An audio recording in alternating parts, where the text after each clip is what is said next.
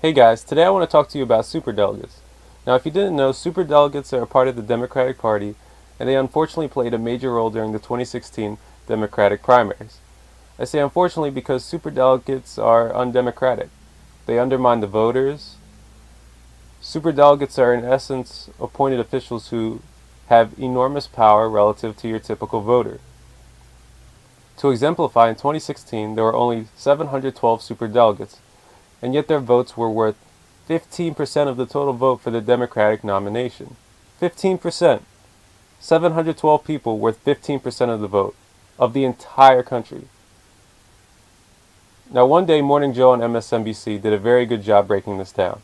Bernie Sanders' winning streak continued over the weekend with a victory in the Wyoming caucuses on Saturday. Sanders beat Hillary Clinton by 12 points, 56-44, notching his 8th win in the last 9 nominating contests. Okay, what do we do here? I mean, it sounds like Nicole, he's winning. He's won 8 out of 9. Yep.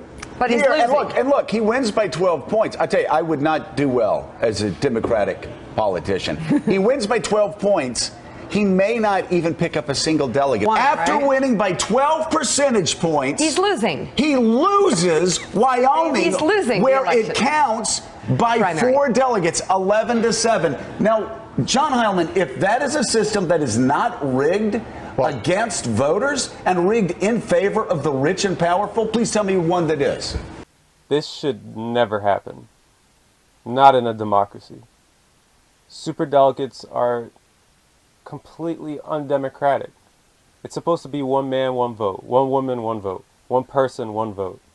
But that's not what we have in the Democratic Party. And the other thing about the superdelegates that's just, it's very messed up the way the media handles it is that superdelegates, they don't vote until the convention, and then yet during the primaries they were acting like the votes were already tallied. Like that Morning Joe clip, even though they did a good job breaking down the impact of superdelegates, they acted like the votes already tallied, the superdelegates already voted, but they didn't.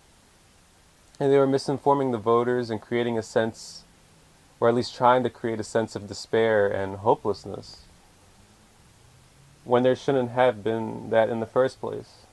But if we didn't have superdelegates in the first place, this wouldn't be an issue. Now, there was news the other day that the DNC was moving towards significantly reducing the role of superdelegates going forward. And what I saw was people were making a big deal about it. At least Common Dreams, a place I go to frequently for my news, they were making a big deal about it. And while it is better news than what we had before, I don't think this is good news in general. Because, well, first, let's talk about what they said. They said, in an important and long overdue step toward making the Democratic Party more accountable to voters and less captive to the interests of establishment insiders, the Democratic National Committee's Rules and Bylaws arm voted overwhelmingly on Wednesday to drastically curtail the influence of superdelegates by barring them from voting on the first ballot of the presidential nomination. And while that does sound better than what it was before, they didn't say abolish. They're not abolishing the superdelegates. And that's not okay.